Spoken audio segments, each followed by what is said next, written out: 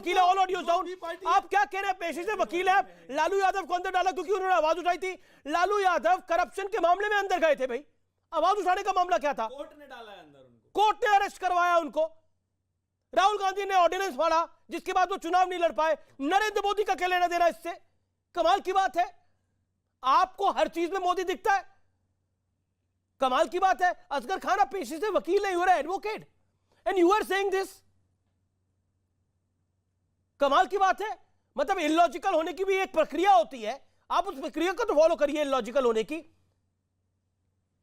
शिवम त्यागी 30 second then. देखिए, मुझे लगता है कि चाहे कोई कितना भी बेनिफिट ऑफ डाउट की बात करे, किसी भी चीज की बात करे, ये सच्चाई है इस देश की। पिछले कुछ दशकों से इस देश में अगर एक गली से लेकर और शहर तक जलाए गए हैं तो वहां पर हर जगह पीएफआई का नाम आया है, चाहे कांग्रेस के राज्य रहे हों, चाहे बीजेपी के राज्य रहे हों, चाहे किसी और। क्या आप मुद्रा लोन के लिए दर्जनों बैंक जाकर थक चुके हैं? आसानी से 10 लाख मुद्रा लोन कैसे प्राप्त करें सीखना है तो फ्रीडम ऐप को अभी डाउनलोड करें। के राज्य रहे हों, नुकसान आम आदमी को हुआ है, हिंदू मुसलमान सिख ईसाई सबको हुआ है। आज ये सबके लिए खुशी की बात है कि जिस काम को कोई सरकार नहीं कर पाई, इस सरकार ने करके दिखा दिया कि हम अगर आप इस देश के खिलाफ जाओगे तो आपकी दुकान बंद कर देंगे। दुकान बंद कर दी है। करनैल सिंह साहब जो बात बोल रहे थे, क्यों है? करनैल सिंह साहब जो बात बोल रहे थे बड़ी इंपॉर्टेंट है कि क्या कोई आउटसाइड फोर्सेस का हाथ है? अमीश जी, टर्की में He is one of the finest officers India has एक produced. संस्था है IHH जो कि आतंकवाद के लिए काम करती है। पिछले दिनों पॉपुलर फ्रंट ऑफ इंडिया के लोग उनसे मिलकर आए हैं। ये जैश ए मोहम्मद से मिलकर काम करते हैं, ये हर जगह काम करते हैं। You made your point. Shadab Chauhan. पहली चीज ये है अमीश भाई, अभी मुझे एक मैसेज प्राप्त हुआ कि प्रोग्राम में जो व्यक्ति आरएसएस सिंह बैठे हैं, उन्होंने भारत के मुसलमानों को नालायक कहा। भारत के मुसलमानों को नालायक कहा। आपके प्रोग्राम में कहेंगे तो मैं वीडियो भी चला दूंगा। उनसे माफी मंगाइए, उनको पैनल से बाहर करिए। कोई हिंदू को नालायक कहे, मुसलमान को नालायक नहीं कहना चाहिए। ये सुप्रीम कोर्ट ने इसीलिए कहा कि टीवी चैनलों में ये सब चल रहा है। किसी धर्म को नालायक कहेंगे? किसी की औकात है कितनी? अरे तो शिवलिंग को गाली देने वाला भी तो बैठा है इसी पैनल में। उसको कंडम कीजिए अमीश भाई। अरे शिवलिंग को गाली देने वाला भी तो शादाब चौहान इसी पैनल में बैठा है। दोनों एक ना आते दो बैठे हुए हैं। अगर पर्सनल बात करेंगे तो फिर नहीं ये फिर बात ठीक नहीं है।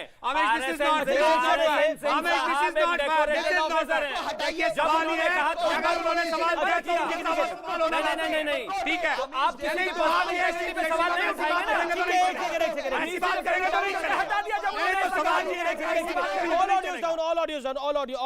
करनैल सिंह कुछ कहना चाह रहे हैं।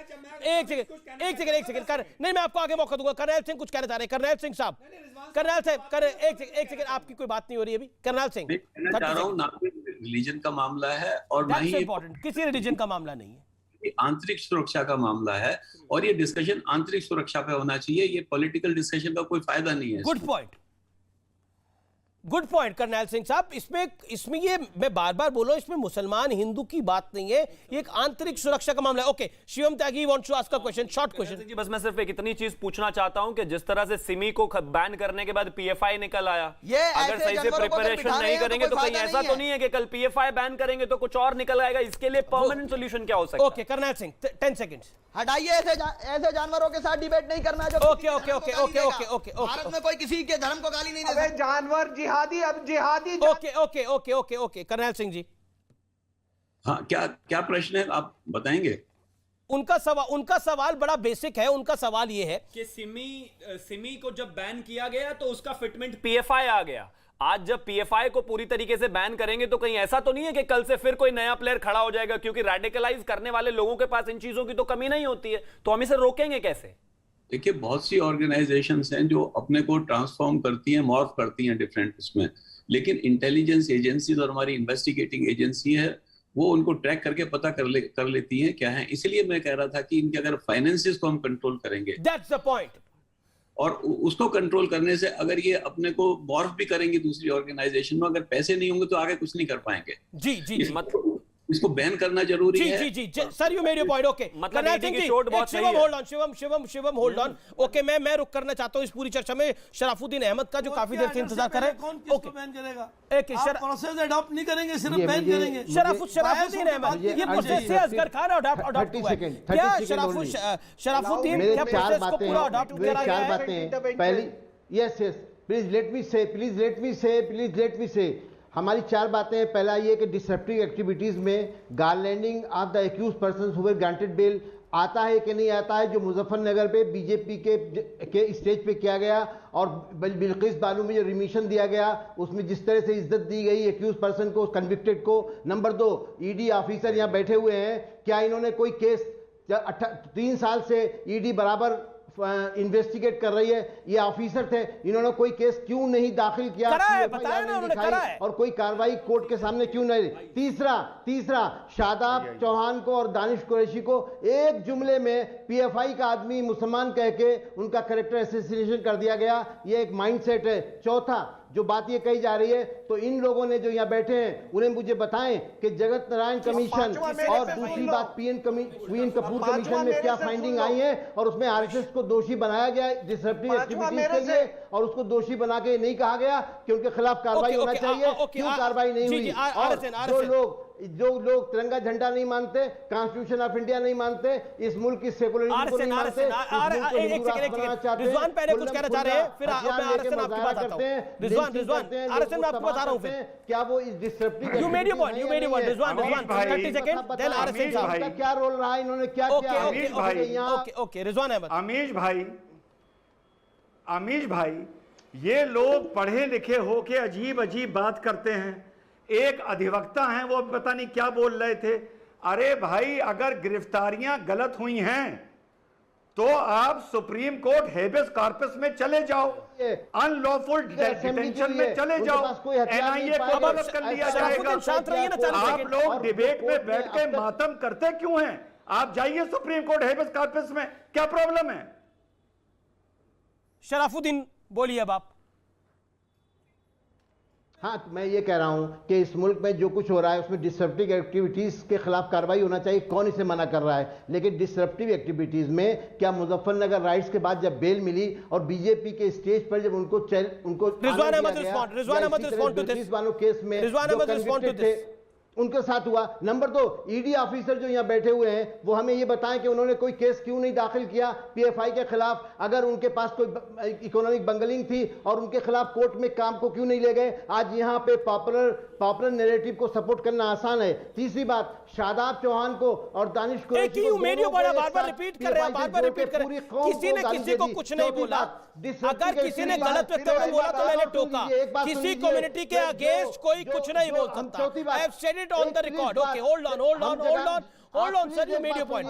जगत नारायण कमीशन और पीएन कपूर कमीशन में आरएसएस के खिलाफ फाइटिंग आई है। ओके, कोई किसी कम्युनिटी पे कुछ नहीं बोलेगा। पीएफआई पर जो क्रैकडाउन हुआ है वो इंपॉर्टेंट है, that is the important thing. Please control your tongues. RSN, can I come in please? या please, can I come in? Yes RSN, make your point. हाँ, मैं कह रहा था कि देखिए, conviction rate, benefit of doubt, court of law, for God sake, this is not a law and order problem. ये कानून और व्यवस्था की समस्या नहीं है, ये थर्ड फ्रंट की बात हो रही है सर। और जितने थर्ड फ्रंट के थ्रेट्स हैं वो सारे पैन इंडियन बेसिस पे है, चाहे वो माओवाद हो या जिहाद हो, ये सारा जो है ये पैन इंडिया बेसिस पे है। इसीलिए पहली बार हिंदुस्तान में मैंने देखा है कि पैन इंडियन थ्रेट को पैन इंडिया बेसिस पे इंटरनल सिक्योरिटी क्रैकडाउन के तहत क्रैक किया गया है। This is not a law and order problem. Okay, Sharafuddin Ahmed चोरी डकैती नहीं है sir. Sharafuddin Ahmed against the SDPI respond. और अगर मिस्टर अहमद रिस्पॉन्ड है तो 2017 का मैं दूंगा आपको 20 second. Rizwan Ahmed Sharif, one of the founding fathers of India Today. Sharafuddin Ahmed जवाब शराफुद्दीन अहमद जवाब आरएसएन की बात। मैं ये जानना चाहता हूं कि आप लोगों ने शायद जगन नारायण कमीशन का नाम नहीं सुना होगा, जिसमें कि कोर्ट ने, जिसमें कमीशन ने ये फाइंडिंग दी कि इसके पास आरएसएस से करवाया है। आपको शायद मालूम नहीं होगा कि पीएन कपूर कमीशन में एक फाइंडिंग आई है कि आरएसएस से करवाया है, और आप कहते हैं डिसरप्टिव एक्टिविटीज। तो डिसरप्टिव 30,000 हमारे नॉर्थ ईस्ट के भाई और एक करके ना बंगलुरु से आरएसएन अगर हमको और आपको ये पलायन नहीं करना है तो ये please hold. Okay, Sharafuddin Ahmed 30 second. देखिए, मुसलमान अपनी इस मुल्क के लिए वफादारी 1947 में साबित कर चुका, जब वो थ्योरेटिक स्टेट नहीं गया और उसने कहा हम इस मुल्क के सेकुलर, इंक्लूसिव और ब्रदरहुड में यकीन रखते हैं, इसलिए मुल्क में रहेंगे और यहाँ के डेमोक्रेटिक सिस्टम में जिएंगे। वो डेमोक्रेटिक सिस्टम में सर्वाइव भी कर सकता है। वाली बात ही नहीं है ना कोई। आप पीएफआई को मुस्लिम के साथ क्यों लिंक कर रहे हैं?